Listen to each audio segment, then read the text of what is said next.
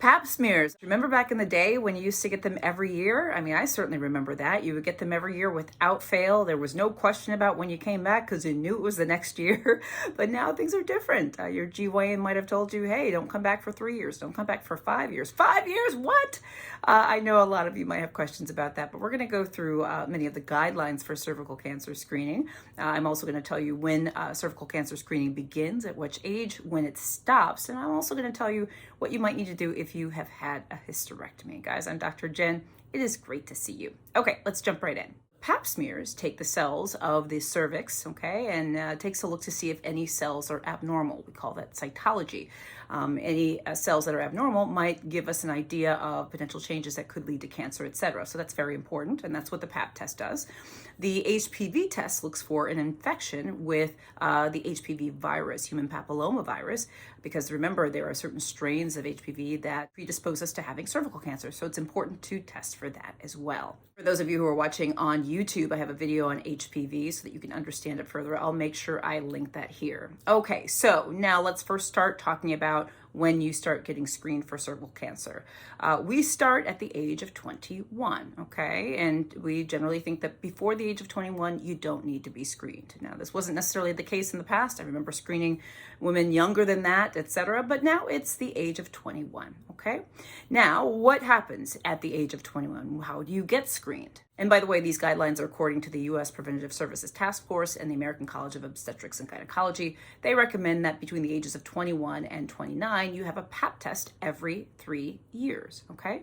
HPV testing alone can be considered for women 25 to 29, but Paps are preferred, okay? Remember, the Pap test checks for cytology or abnormal cells that may give us an inkling that there's something going on or something that needs to be looked further into.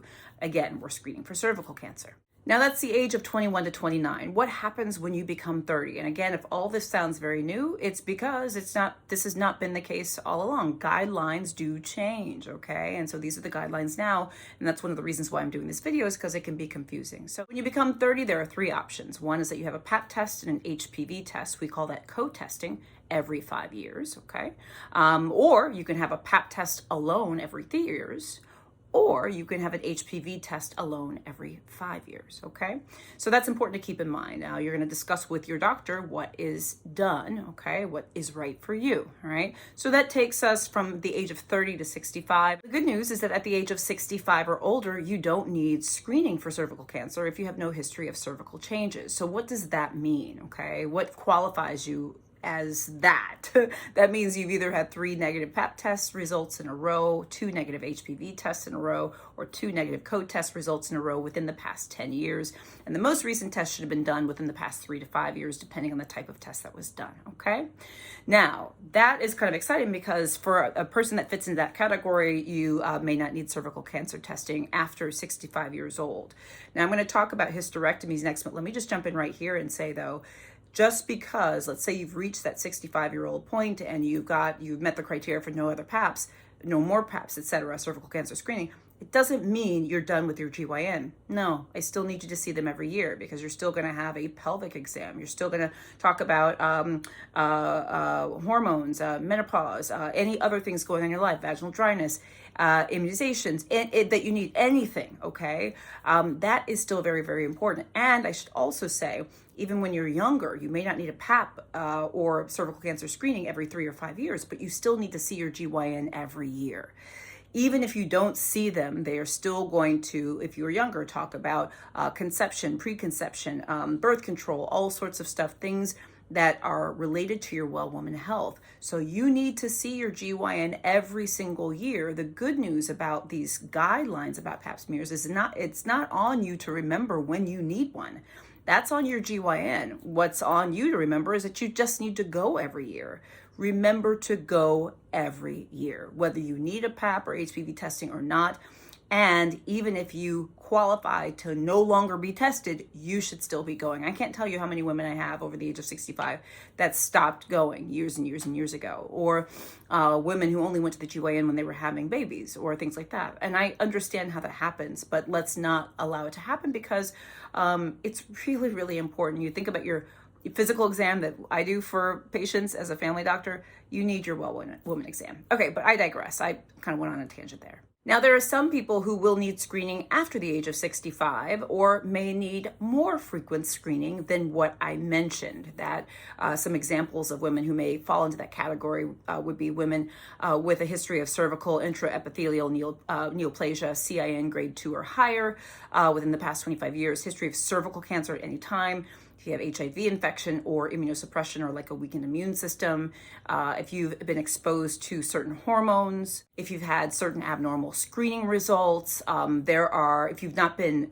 adequately screened, like if you went a certain number of years without being screened, if you have other risk factors, okay? So even though the guidelines I gave you are the guidelines, that's for, say, a situation where the test results were normal and the patient was able to get routine screening, etc. If you fall outside of that, you may need more frequent screening or screening past the age of 65. A big question I get is often, I've had a hysterectomy, do I still need a pap smear? Okay, well, the answer is, it depends. And this is something I think is really, really important because a lot of people assume that when they have a hysterectomy, they don't need a pap smear or cervical cancer screening. But remember, when you have a hysterectomy, which takes away your uterus, you could have your cervix taken away or not. Remember, if you still have a cervix, remember we're screening for cervical cancer, that changes the game. So whether you need cervical cancer screening after hysterectomy is going to depend on a number of factors. Number one, do you still have your cervix? And many women don't know, okay? If you don't know, you need to talk to your GYN about this. You need to ask them. You need to discuss this. Obviously, it's their job to know because they've got to figure out what applies to you for your screening based on it. But you should know this too. Also, do you have a history of abnormal cells in your cervix or abnormal paps? Have you had cervical cancer? What's your history? Why'd you have the hysterectomy? So many things goes into the answer of, do you still need a pap smear or a cervical cancer screening if you've had a hysterectomy? There's not one answer. Understand all the variables that go into answering that question. So you need to be talking to your GYN about what makes sense for you and actually what is the right thing for you. Guys, I know this is a lot of mumbo jumbo, a lot of things going on here, but just understand you go every year to your GYN. They're the ones, I'm not a GYN, I'm a family doctor, but the doctor is the one supposed to be figuring this out for you. But just understand why we do these things and that this is the guidelines right now. Again, these guidelines could change in a moment.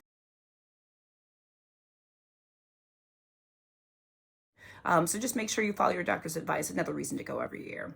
Let me know if this was helpful. Share this video with other people. I'm Dr. Jen Cottle, practicing family physician, on-air health expert, and video creator. I do daily videos and everything. Please sign up for my free health newsletter at drjencottle.com. I'm also on Facebook, Instagram, LinkedIn, WhatsApp, TikTok. You name it, at Dr. Jen Cottle. Please follow me everywhere.